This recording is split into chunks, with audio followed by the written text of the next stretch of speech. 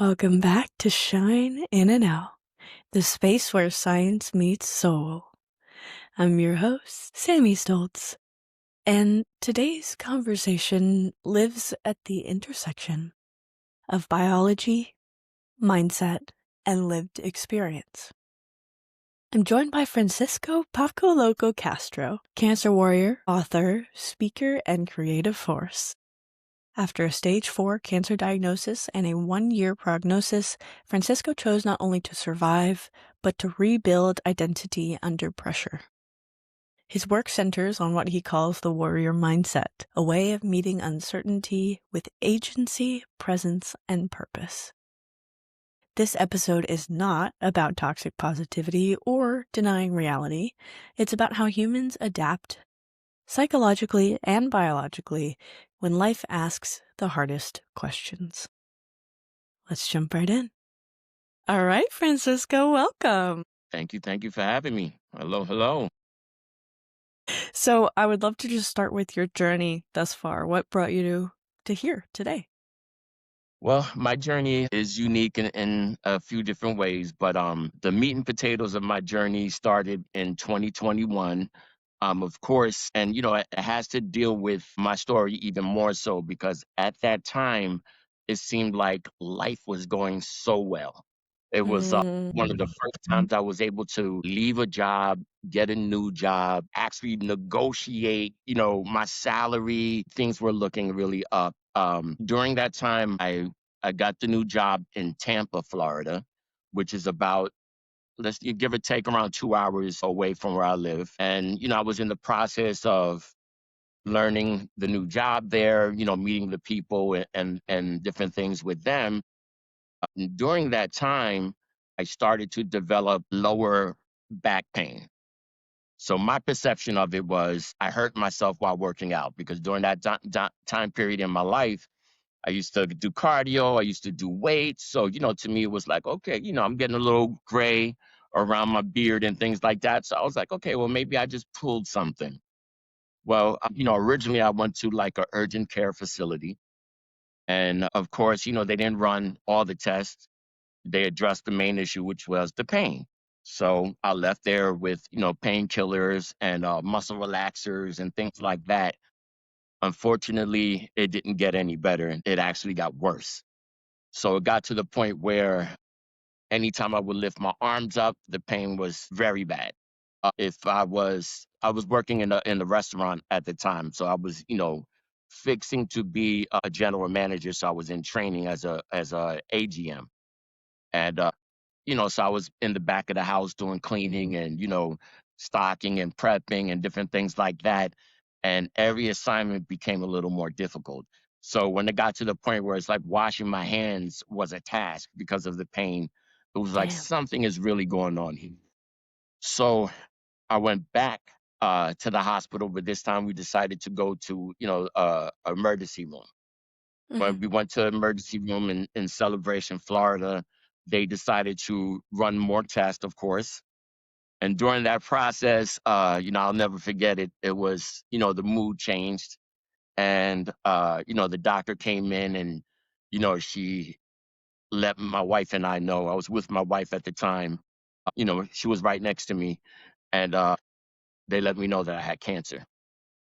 So there began the real journey.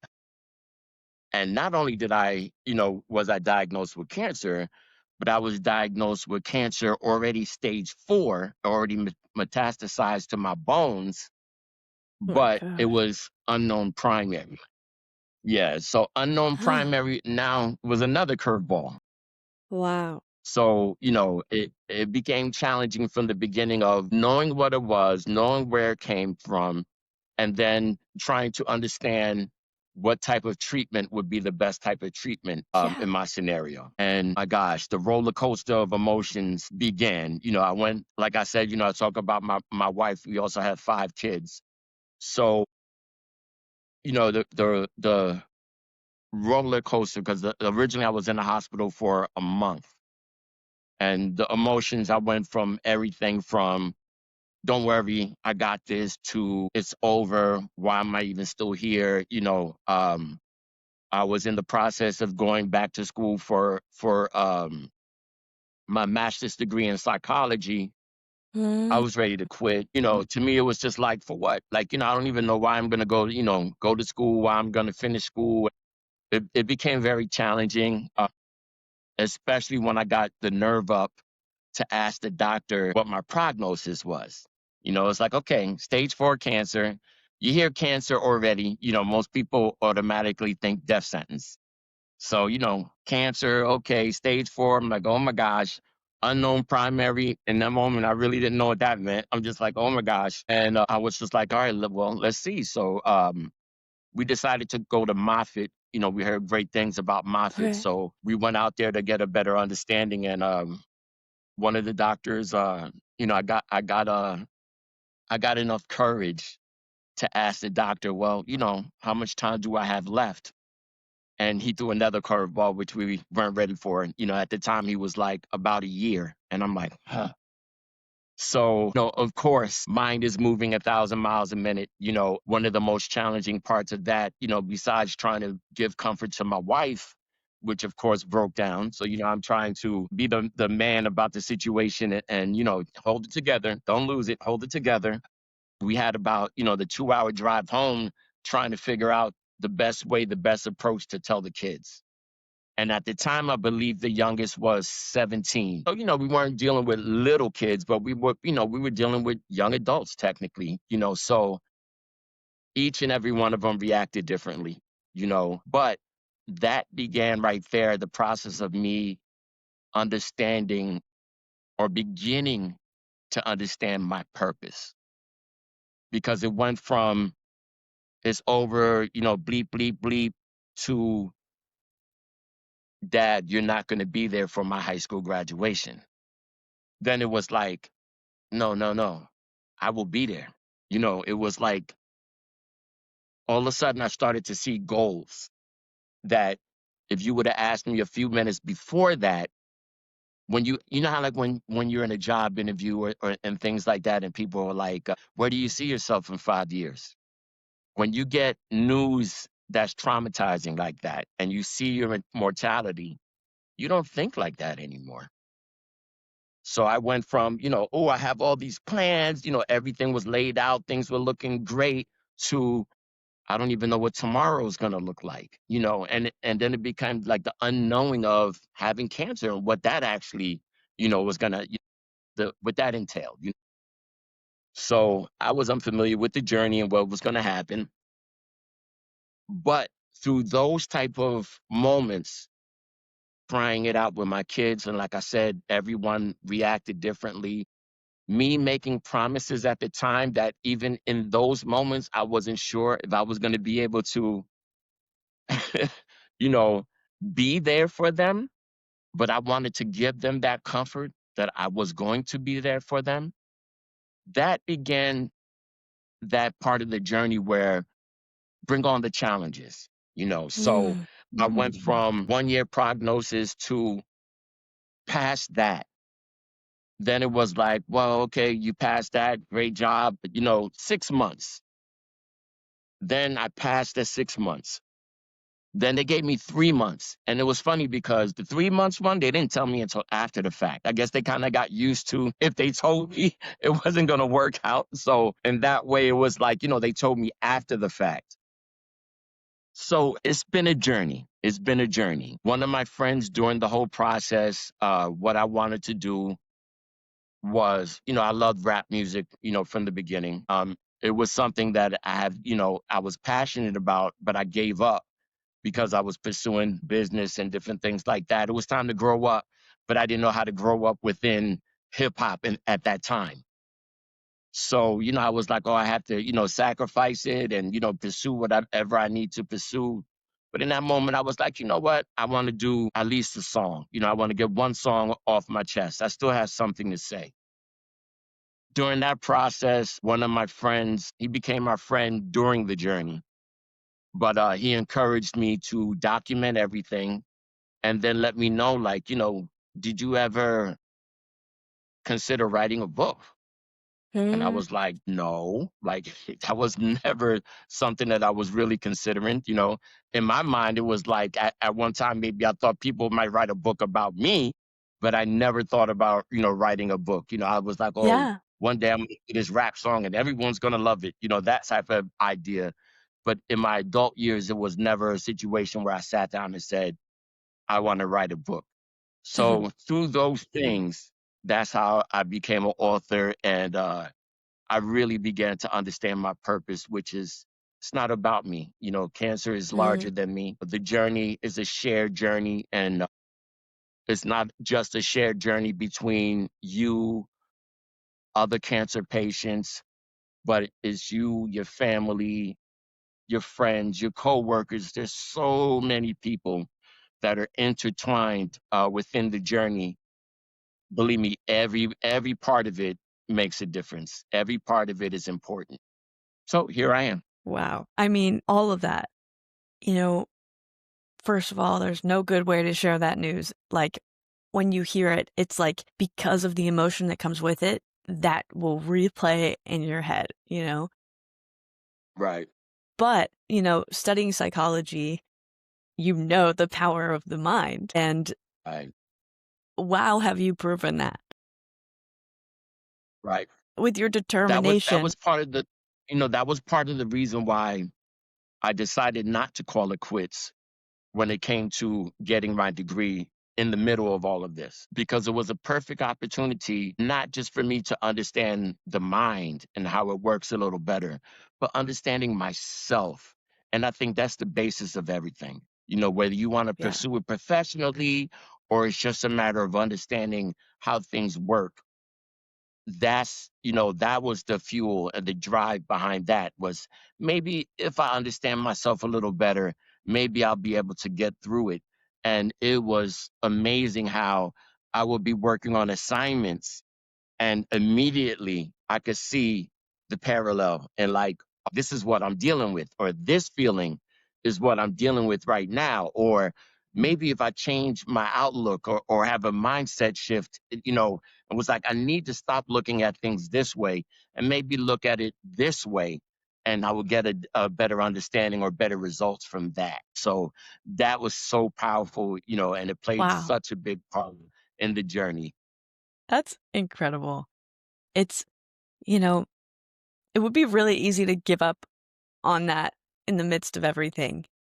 Really easy, when you Yes, get to yes. that point. Okay, so here's my question, because Right. I think about a lot, the path of least regret. Like, how can we live so that when we're old, we're looking back and we're saying, I have no regrets. There was nothing I wish I did more of, did less of, decisions that I made that I wish I could change. When you got that diagnosis, in my mind, that makes everything else seem trivial, right? Like all of the little things in life Right. that were Right. probably Right. bothering you before that, you might laugh at them now. Right. Right. It's How was that for you? you're gonna go through a whirlwind, like I was saying, of emotions. Right away, the most important thing to me, and I wanted to throw everything else out the window, was the idea of my family. There were many nights where I sat there and just cried because I pictured my family without me. And I never had to do that before. So, it was very difficult for me to digest that part. And it was like I didn't do enough for them. I wanted to have more security for them financially. I wanted to teach them more about life. I wanted to share with them more about my experiences and in Yeah. saying some of the regrets that I had and how time doesn't work on your side. Time just works. You either on board or you're not on board. It's going to keep going regardless. You would think that time would stop for a moment, but it doesn't. And you have to make a decision. Where do you want to fall when it comes to that, and what exactly is important to you? So, because family was very important to me, that became the driving force in finishing school because I wanted to show them, like, no matter what's going on in your life, you still could do things. No matter, what difficulties and challenges you're faced with in life, you still could do things. You still could rise above that. So that became a very strong driving force for me. But the regret factor on a personal level, it was big because I thought, that I would be a lot further in my life than I was. Things Hmm. were finally coming together, but now Yeah. it was like, okay, all those things are, for what? Everything was going so well. It was finally all coming together. You were taking good care of your body. You were Right, exercising. You were doing right, everything quote unquote right. right, So a lot of people I've seen, when something bad happens in the midst of what they think is everything going well, then in the future when things go well, they're always expecting the other shoe to drop. right, Do, right, do you right. have any of that? Have you been able to overcome it with mindset? I think mindset became the driving force for everything, for everything. Even in talking to a lot of patients, talking to a lot of doctors, talking to a lot of nurses, a lot of times what I would hear them tell me is that, wow, I wish all my patients were like you or more like you or had a positive, outlook like you. And I realized that the body in itself is made to heal. The body in itself was made to overcome so many situations. We just have learned how to be detached from our Mhm. body in a more natural sense. So whether it's, some people will, say spirituality, some people will say religion, you could break it all the way down to hugging a tree, diet, whatever the case may be. We become so separate or separated from our natural selves that a lot of times our body, we forget that that's what we're designed to do. It's to heal, it's to get stronger, it's to get better. We're programmed through society that with age, what happens? With age, oh, we begin to deteriorate. He's old. He doesn't think the same anymore. He doesn't move the same anymore. She doesn't, she doesn't. So it becomes a thing where we have an idea that rather than look at age as wisdom, as something to look forward to, as growth in itself, Mm. we look at age as we're breaking down and getting older. Like it's funny when you ask a very young child how old a person is, and they say 30. But when they say 30 in their mind, they're talking about 80 or something. Like, to them, Yeah. 30 is like it's over. It's like, oh my God. And to us, it's like 30 is just, that's not even the beginning. But our bodies are made to heal. It's a matter of what do we need to do to coach our bodies back into understanding, hey, we're in this to fight. Let's fight this together. So I began to find the ways that worked for me to get to those things. And I'm not a master at it. I'm still learning, and like I'm saying, now we're doing what, 5 years after my prognosis. So, something is working right. I do a lot of holistic medicines as well. So I think in combination with Western medicine, Mhm. holistic medicines, but the mindset has to do with everything, because you have to have a discipline. You have to have, a courage, a resilience that, if you just approach it on a day to day where it's like, yeah, we'll see what happens, it's never going to work. You have to, you have to get up every day and be aggressive almost to, okay, what's the next challenge? Let's do it. I will go to doctor's appointments and I would say, even talking to family and friends, like, okay, well, we're getting test results today. If it's positive, then good. We just keep running with it. If it's not so positive, then okay, we'll make another shift and we'll approach it and deal with it. Like no matter what, I didn't leave the doctor's office saying to myself, okay, they gave me bad news again. Now I got to go through this whole process of it's Mhm. over. And no, it was like, okay, well, let's bounce back and see what the new approach is. What's the new strategy? What do we have to change, and adapt immediately in order for us to get the best results. Yeah, But the when you don't mindset is leave everything. yeah, I mean, of course, to give yourself the space to feel, but if you don't leave room for that wallowing, you create so much more energy in the long run Right. to dedicate to the outcome that you want and the outcome that you promised your kids, which I think Yes. probably made it a lot more powerful for you in that grit to keep going. Right. Right. I completely agree with everything that you're saying. The mindset, I'm 24, but everything in my life shifted as soon as I realized that mindset was everything. And you're right that we should be seeing age as wisdom. And it's so interesting because I want people to understand the power of the mind. And I'm so glad that you're sharing your message here today. Thank you. Because even people that I'm around that I see, they're getting older and they're always commenting like, "Oh, I'm forgetting everything. Like it's my memory. I'm getting old." I'm like, I forget things all the time. Like it's not your age, and also like you're telling yourself that, and your brain's believing you, and then your body's getting the feedback from your brain, and Right. Right. so, like, I study psychoneuroimmunology because I find this so interesting that, yes, I agree with you. Eastern medicine, Western medicine, all of it is completely incredible and necessary. But without the mindset, I don't know if you could have gotten this far. I don't think What so. would, yeah.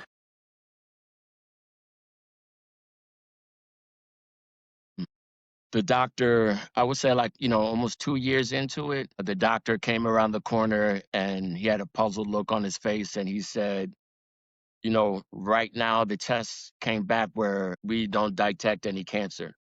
So he's like, I don't know what you're doing. I don't know what you're doing, but whatever it is, keep doing it. At that point, I made one of the worst co-decisions that I made, because I was going through chemo, I was going through radiation, I was going through a lot. And it's hard on the body, believe me, it's hard on the body. And, he asked if I wanted to take a break. And at that time, not knowing any better, I said, of course, let's take a break. Not even a couple of months later, the cancer returned more aggressive, and yeah, I'm like, dang. But it put me in a position where I knew that if I beat it once, I could beat it again. And that's the argument. I literally argue with my doctors and my nurses sometimes because I tell them, like, I appreciate your education, I appreciate your experience, but you cannot sit there and tell me that I don't have hope. Don't try to take the hope away from me. Don't try to say to me that, oh, well, I was told not too long ago, well, maybe it's time for me to stop all treatment and just spend the remaining time with my family that I have left. And I'm like, no, like that's not where I am, you know. But yeah, we have to be realistic. I said, I get it. I'm saying, I understand what you're saying, but I'm not there yet. So I'm very particular about the people that I have around me and the Mm-hmm. people that I call my friends, and even in the moments, if it's negative, I'm like, take that somewhere else. Like, I do not need that around me. And I'm very quick to let a doctor know the same thing.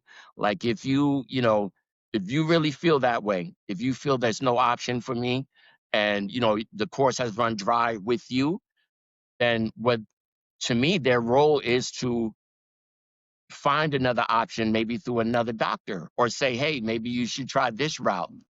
Don't try to go, it's done, it's over. Spend whatever time you have left. I can't function that way. I know. I I have to understand. have that hospital.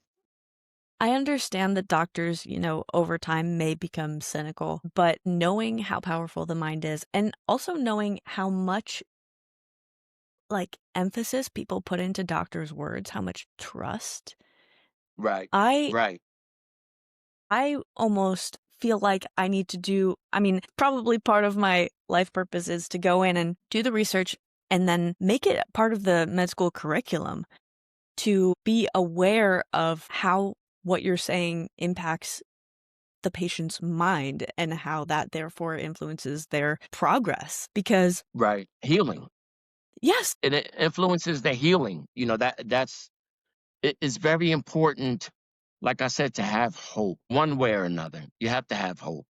You take the hope away from individuals and pretty much it's done for them. But that's the whole Yeah, idea of why, we here as humans is that we have hope of something better tomorrow. So we keep fighting for the next day.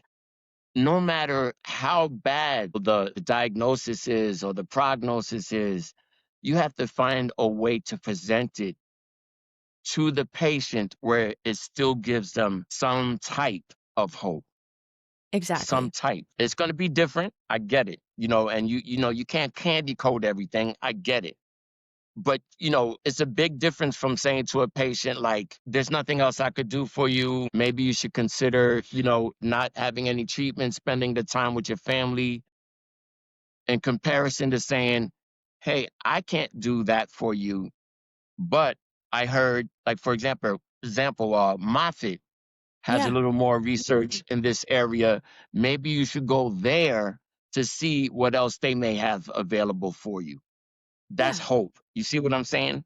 That's hope. And you need to give that to patients. If I wasn't the type of individual that I am, if I didn't have the support group that I had, maybe I would have given up.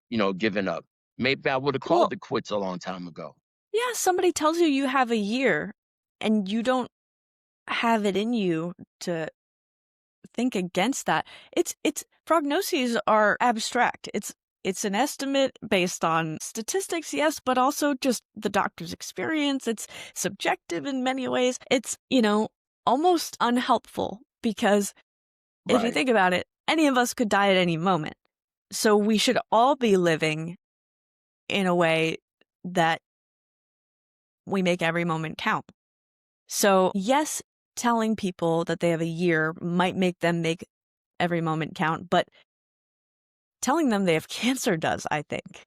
So Right. maybe Right. we stop putting estimates and timelines on things and just tell you I'm going to do everything I can and I think we can beat this. Like if the doctor Right. believes, Right. how can you not? Right. And Right. so I completely understand that they need to be honest and they need to be straightforward, but there's a balance in, like you said, maintaining the hope. So Yeah, definitely. I Definitely. think I One think of the that makes things a that huge difference. yeah, I had lost contact with one of my childhood friends over the course of time, and we're talking like 30 plus years. I haven't spoken to this gentleman, and came across him by watching a podcast. Long story short, reached out to him, and we happened to be going on a family vacation right around that time. And I told him, I said, hey, I'm not sure exactly how close you are to where I'm going to be. I said, but if I have to change my route just to see you, we'll do that. So that's what we ended up doing. Shout out to my brother Eugene. But it was amazing because in seeing him, he reminded me of something I told him when I was like 17 or 18 years old.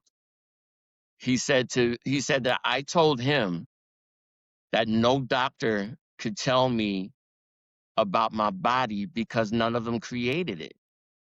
And I looked at him, I was like, wow, just the simplicity in that statement just brought it back to the reality of that's why I sit there and argue with the doctors all the time. Like, how you going to tell me, You have to. And we have to understand that, like, say, for example, the power of words, the importance of, like, say, positive affirmations, things like that. I wake up every morning and I say pretty much the same thing every morning. And it has to deal with facing the day.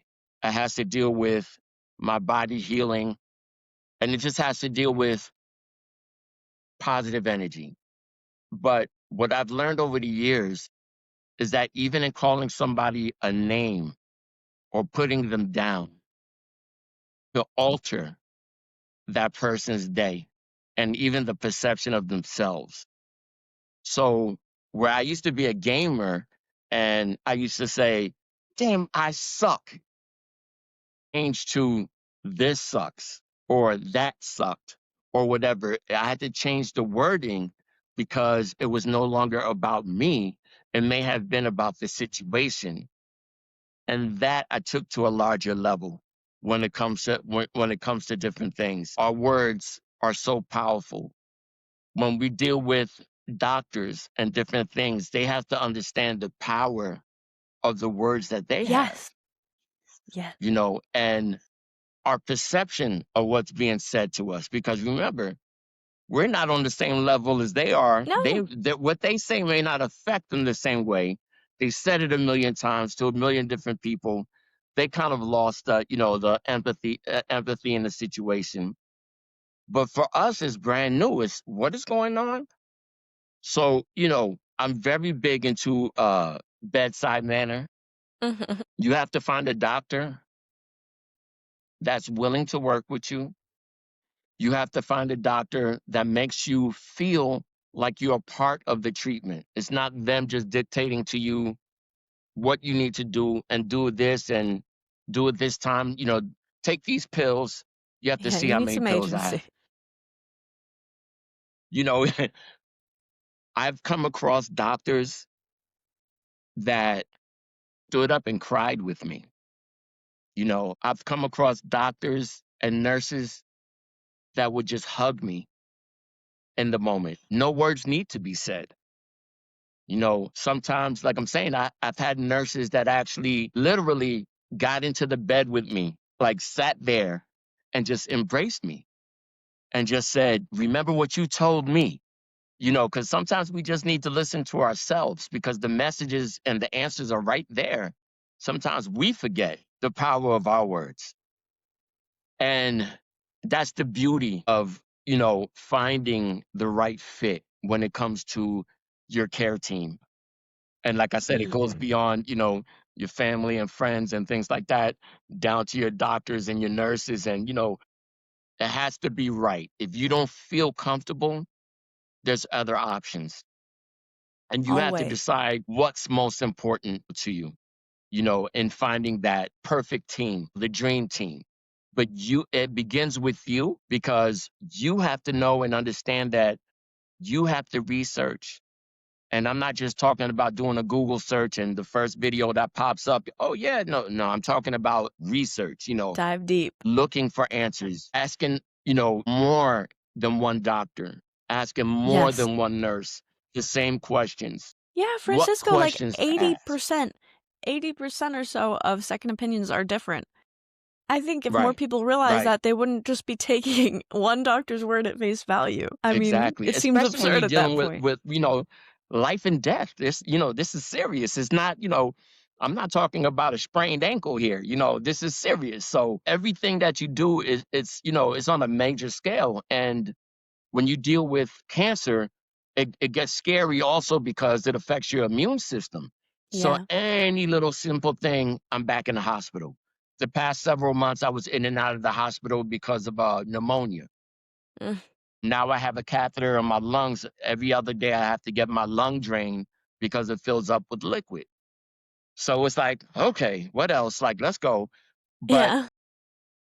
those things just become part of the journey when you just sit back and you feel comfortable with the team. You feel comfortable with your support group around you. You're able to bounce back. You're able to go, okay, that's just another thing. What are our Yeah. options? What can I do differently? Let's do it. So it's You could challenging. you There's could good days and there's very bad yeah. days, believe me.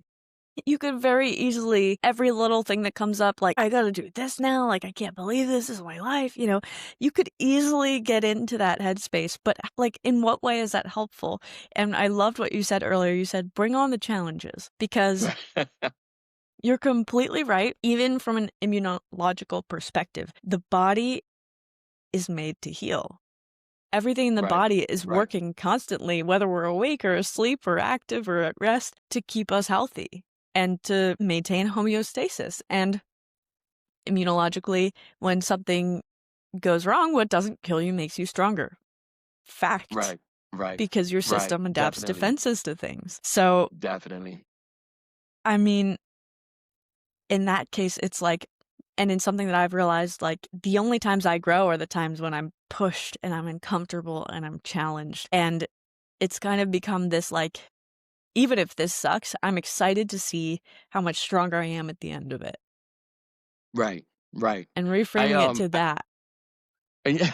I grew up As you could tell, I'm very animated with things. Of course, I even make jokes with the doctor because, for example, none of this has been simple. At 16 years old, I was diagnosed with Crohn's disease. So the majority of I don't know what it is to have a healthy life, on that Mhm. level. Since I was a teenager, I was dealing with some type of medical issue. But what I say is that that's why I'm built for this. I try to Yeah. comfort my family by saying, I'm a warrior. This is what I do. I fight. I fight every day. I am a fighter. You could ask a lot of my friends, and that's one thing that's consistent throughout, no matter what time period they knew me, no matter what type of person I was, the more positive I became over the years, what they always will say, negative or positive, was that I was a fighter. And I just adapted that mentality, the stubbornness, those type of things that, my wife would be like, oh, you're so stubborn. Those are the things that kind of made me who I am and made me Yeah. what I am and put me in a situation where it's like, I don't care. You know what I'm saying? Let's do it. Come on. Like, so having Crohn's disease, then unknown primary, they started treating my cancer as colon cancer. Now I started, my lymph nodes started getting really big. They were able to do a biopsy. Results came back. It's like 96% chance now they're saying that I have salivary gland cancer, Oh. which is another unique, rare cancer. But what makes it more unique is that, again, unknown primary. So now it's more challenging because you can't figure out exactly how to treat it. Yeah, cancer's hard So, enough to treat, like, not hello, like, knowing. but that's how I make the joke, like, I must be a mutant. Like, I'm just waiting for, I'm gonna wake up one day and be able to fly. Like, I know this is just part of it because it came through that, that animation of, or that reality of growing up, like, a gamer and playing, or reading comics and having that imagination and being a creative. Yeah. It gives me that extra, uh, how do I always say? Let me be delusional enough Yes. to keep fighting this thing. It's like, let me, I'm in reality. Don't get it twisted, but allow me that opportunity to be delusional enough to think that I'm still going to come out of this and it's going to be better than it was before. So that's That's what part of the hope fight. is. That's exactly what it is. That's exactly against all odds. Against all Yeah. odds. We have been doing that. Humans have done that for centuries. When everything, Yeah.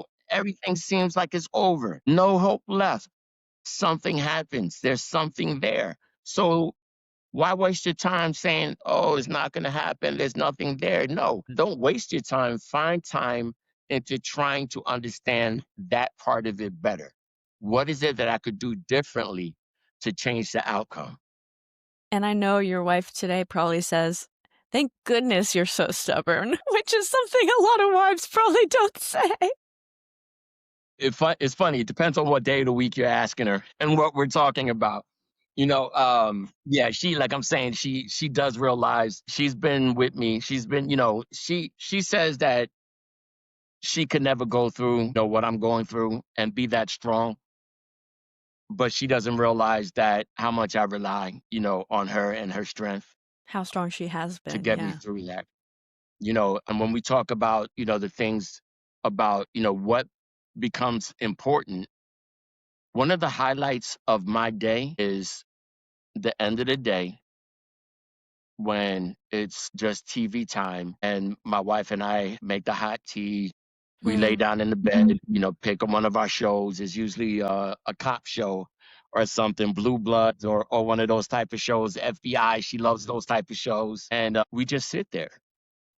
That's what's important to me. It's not about, oh, we have this to do. Oh, we need to do that. We need.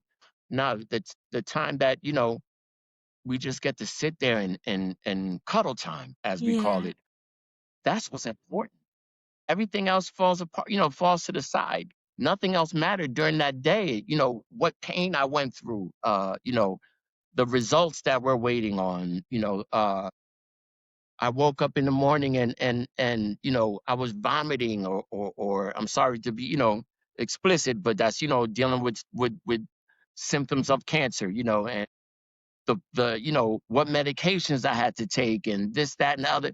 At the end of the day, none of that made a difference. What made the difference is that I'm able to be there with my wife another night. And that's what's important. It's like, next Race Against Time is my next book, which, is with the soundtrack, Race Against Time. The album after that I'm trying to work on, I'm trying to finish two albums at the same time, is called Looking Forward to Till Tomorrow.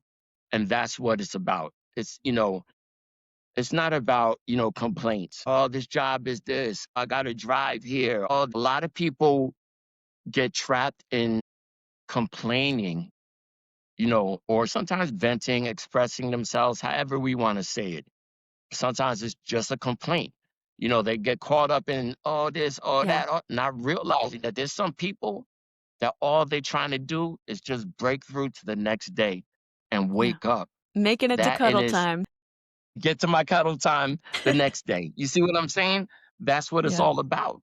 That's what it's all about. And it's what a lot of people talk about, the attitude of gratitude. You begin to understand that you have to celebrate wins, big and small. You have to begin to appreciate every little thing that you can, rather than be upset at people over they didn't call me as many times as I thought they should. Wait a minute. They thought of me. They actually reached out.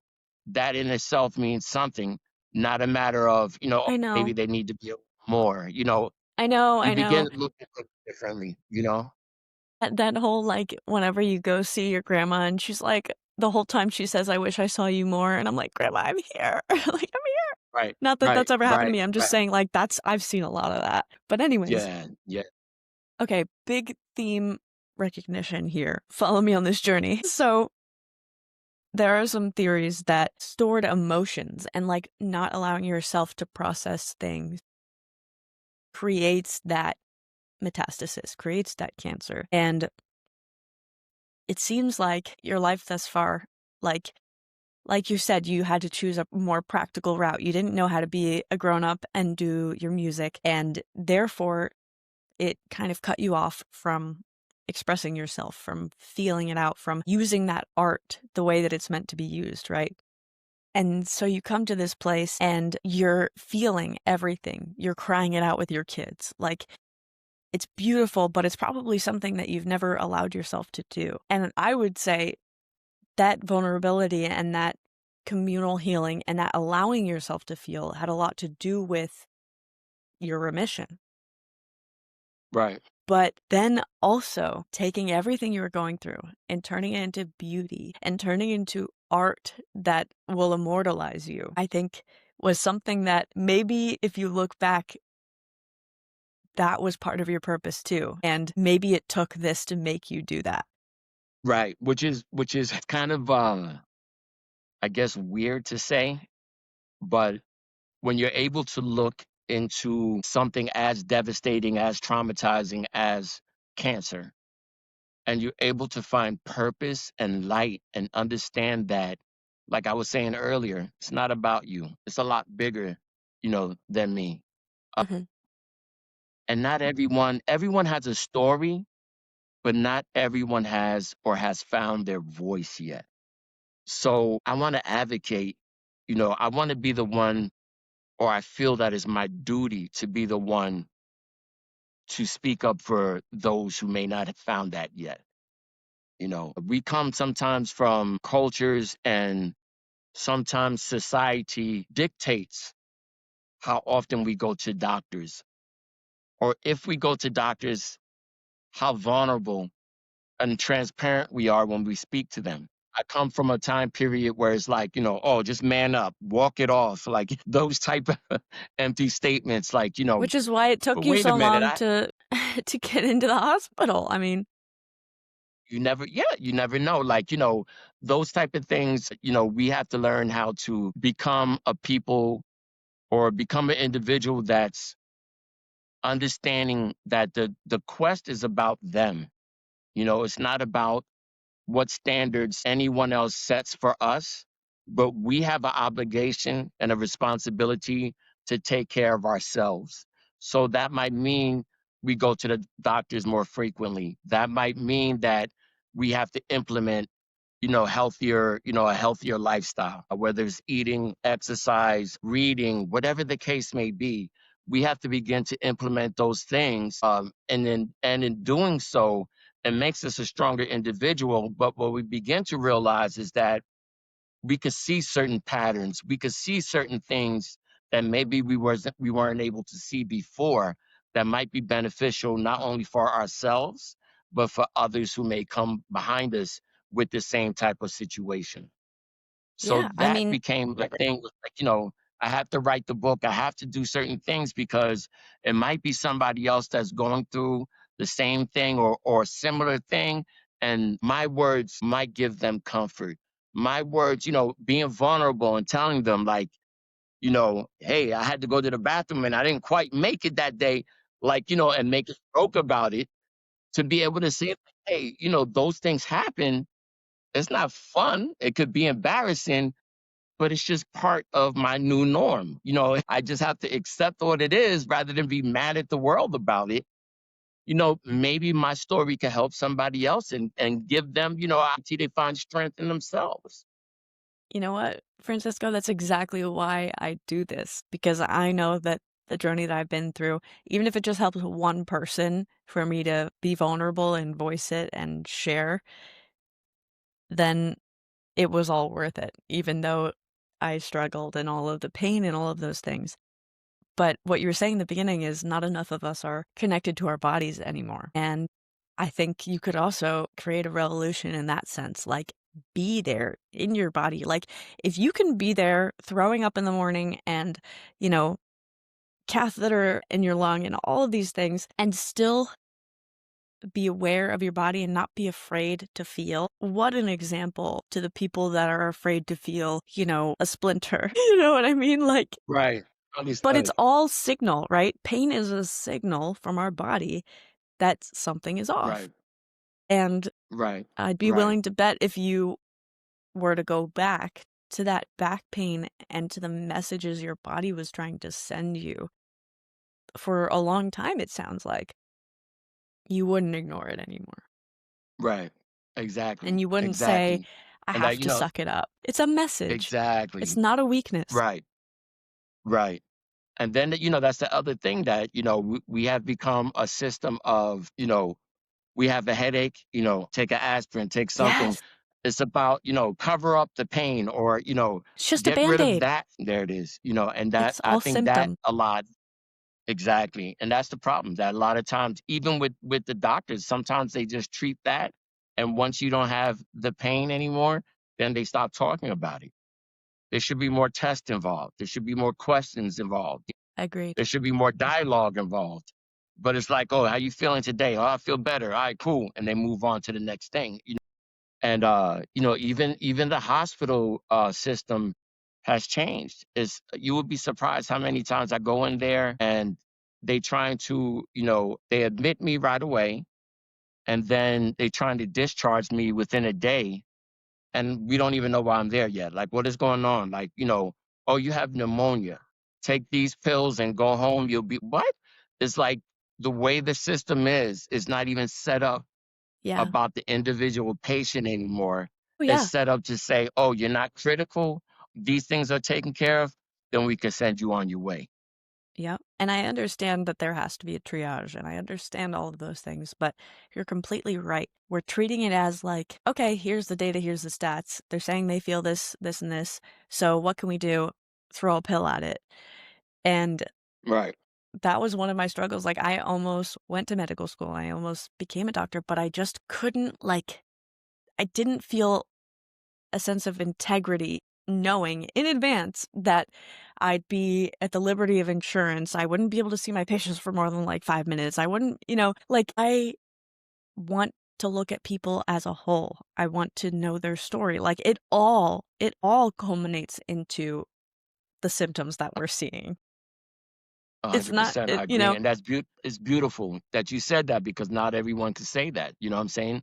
Not everyone could do it. In the new book, I have an opportunity. I decided to help give the book a little more credibility to do interviews with doctors and nurses. So although in the last book I do have a chapter that's dedicated to doctors and nurses, this one I was like, let me dive in a little deeper. And I was like, we could do it in a way where we don't have to give your name, we don't have to, but I began to ask a series of the same questions. And you would be surprised to see how many have gotten to the medical field because of something, traumatic that happened in their lives. Yeah. Oh, yeah. And then they talk about, the power of the positive mind, but you begin to hear some of the challenges that they have in the medical field because they have to, realistically, they have to play the game. So, when you're able to find a doctor that's able to kind of play the game, but at the same time bring it to you in a way that, as a human with, having empathy and different things, when you're able to do that and show your compassion and show that you're caring and have that bedside manner where, this patient needs me a little longer than the average patient. I'm going to have to stay in this room a few more minutes rather than, yeah, let me listen to your lungs. You have a great day. Like, wait, what just happened? Yep. Like, Yep.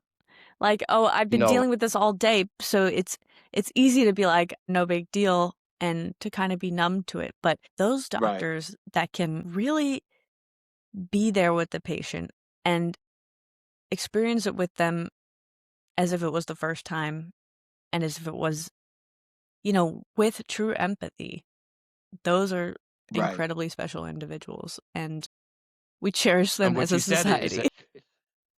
yeah, what you said is so true because, like, for them, yeah, I said this same thing 100 times, but to that patient, it means everything to them. Right? What you're saying to them could realistically could alter the rest of their lives simply by what you're about to say or what you said or how you're saying what you're saying.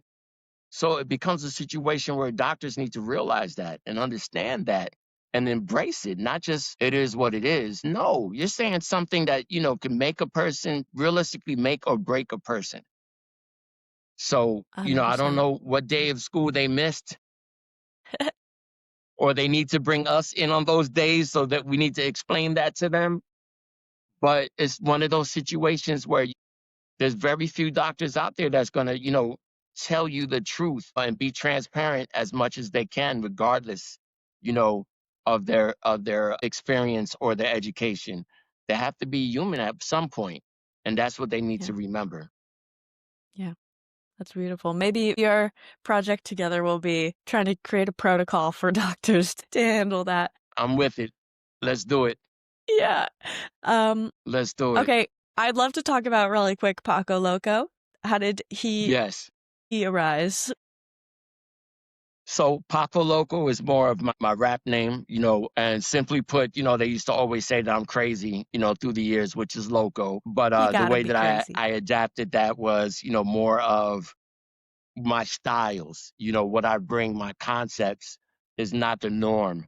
So, it's crazy, so this in comparison to when I did the last album, it was kind of like I told you, I went in there to do one song and my buddy was like, you should do a whole album.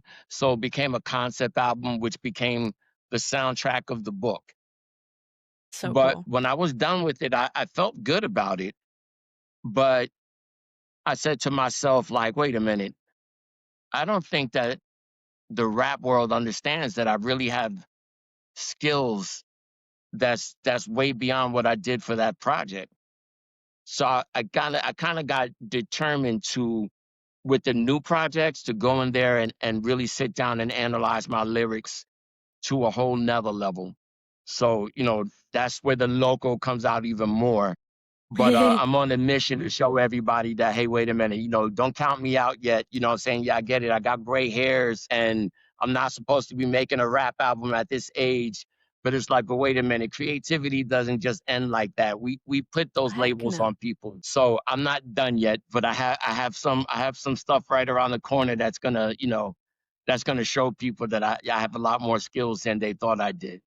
That's really exciting. I mean, even from what I've listened to, like No Expiration Date, all of your music it's hard to find music that pumps you up, but Right. also has a positive message. Like the lyrics matter, the words matter, what you're listening to matters. And I've spent a Definitely. lot of time trying to search for songs that get me hype, but also are feeding my brain and my body what they should be hearing instead of like Right. getting hype on Right. like negativity or anger or something like that. So you're creating something that I at least have been seeking. And I think a Thank lot of you. people need, but don't know that they need. So Right. I'm very excited to hear your new stuff. Yeah.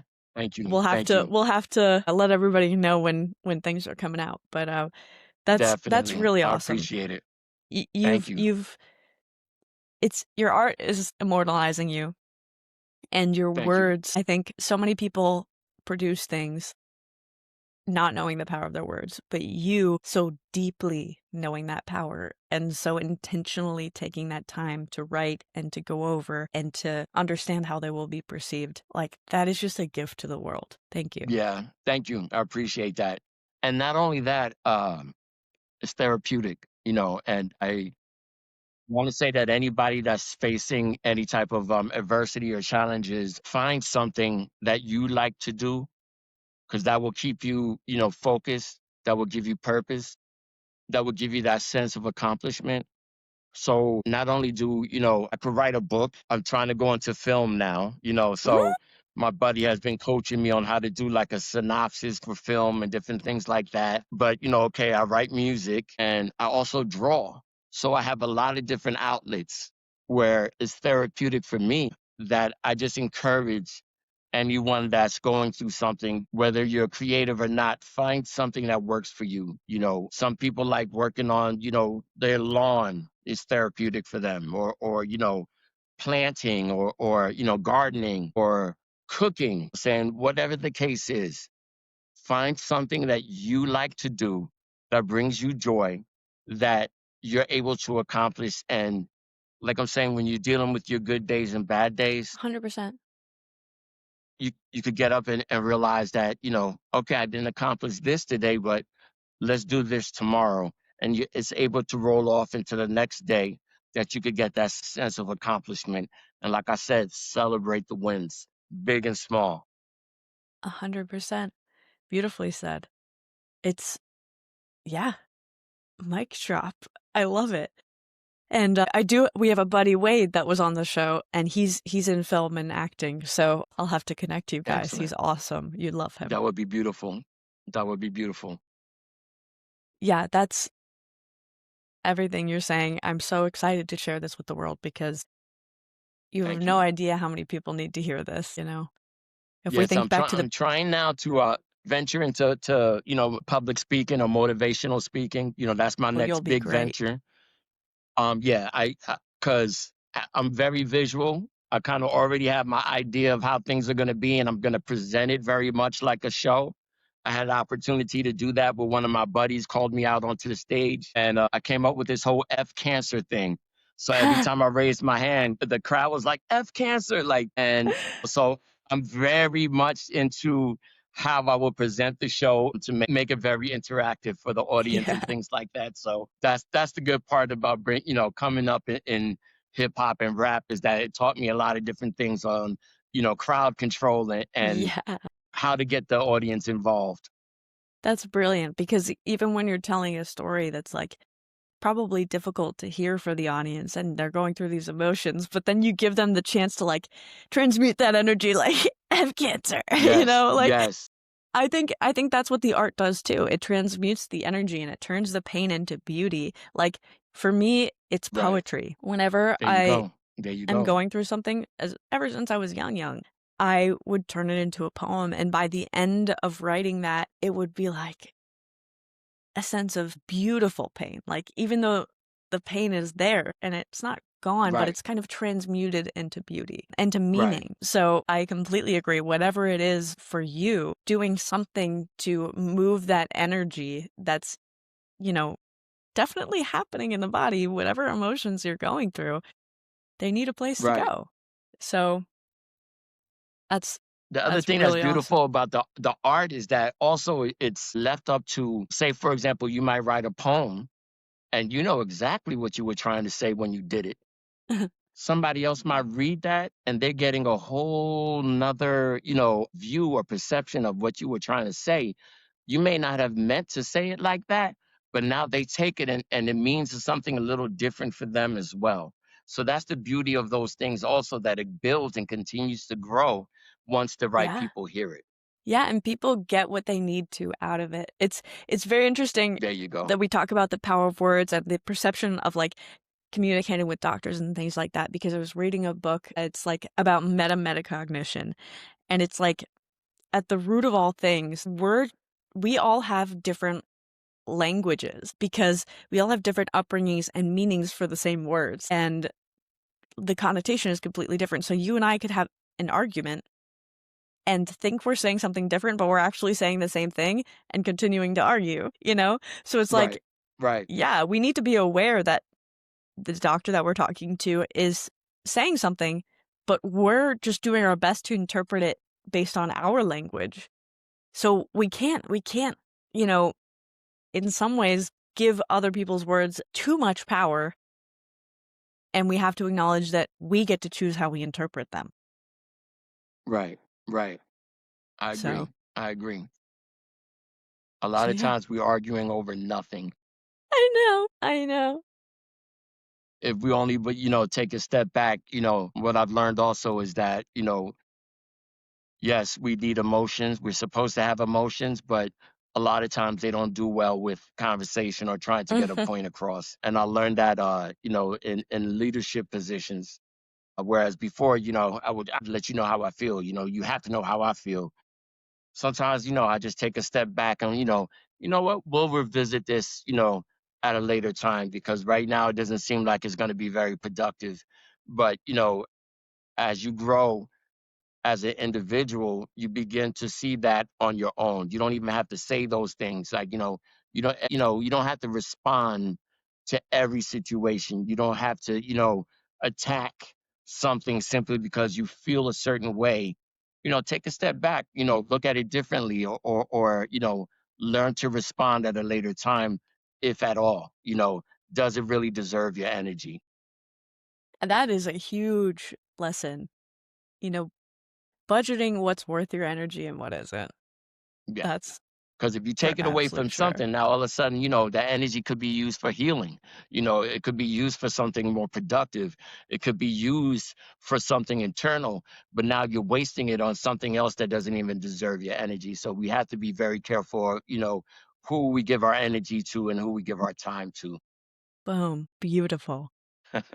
So to close out for the person who's listening, inevitably we all struggle. We're going through illness, we're going through grief and uncertainty. What is one thing that you want them to know, that you want them to take with them after listening to this? I think it goes back to what we were saying. Realize you have a lot more power in yourself than you give credit for. You have a lot more strength in yourself than you want to give credit for. Even in our lowest and darkest moments, we were able to rise up and always remember that, run into the storm. I used to always talk about the analogy about the bison or the bull, rather than, be like the other animals and you run away from the storm. Learn how to turn and run into the storm. You'll get through it quicker. It's not going to say that you don't have to deal with it, but you're able to deal with it on a different level. Everything starts with your positive mindset. Everything starts with the positive mindset. So even when you doubt yourself, understand that you will be able to bounce back. It's just a matter of time. Sometimes the less you think about something, sometimes the better it is for you. Rather than overwhelm yourself with a whole bunch of thoughts, just sit back and understand that you have that power within you to overcome, but you just have to find it, at times. So whether it's a support group, whether, whatever it may be transparent, and how you say, be honest with yourself enough to know when you need help and when you need to go outside of your norm to get that help. Great advice. Thank you. I think No, thank you. even, it's easy to see, like, to hear you say these things to be like, well, he's a hero. Like, if I were in that situation, it would be impossible to, like, push through that, But you had those moments and you still did it. And, despite all of the difficult things, you pushed through. And so it's not that we need to work in the absence of fear, it's that we need to push through it. So, 100%. yeah, 100%. it doesn't, like, you don't need to not have those thoughts. Like, you're going to have those thoughts of wanting to give Right, up, of, right, like, right. losing hope, all of these things. But Yeah, you're gonna go through it. You're yeah, definitely gonna go through it. but it is a choice to keep going. Right, right. My choice is not to give up. That's my choice. So, whatever the world throws at me, it's like, okay, this is new. What else we have? Like, let's just keep pushing through it. That's to me is, talking about that stubbornness is regardless, is to keep The going, to bull, keep pushing. that should be your album That cover. stubbornness that my wife hates. But that, to me, it's very important that, you have to continue to have that. I'm gonna mess the word up now that I want to say it. Elasticity. There you go. To be able to bounce back, and some situations are more difficult than others. Sometimes it's harder to bounce back. Sometimes it's gonna take a little longer. But you have to always know that we are built to continue to fight. So don't give up, don't lose hope. Like I'm saying, I'm not sure what tomorrow's going to be for me, but I want to be on the show again. You see that, like, Heck yeah. that's to me is a drive. That's a drive for me. It's like, okay, well, maybe I won't make it to the cancer walk next year. I'm like, no, I'm going to be there next year. I have to keep pushing myself. Yeah.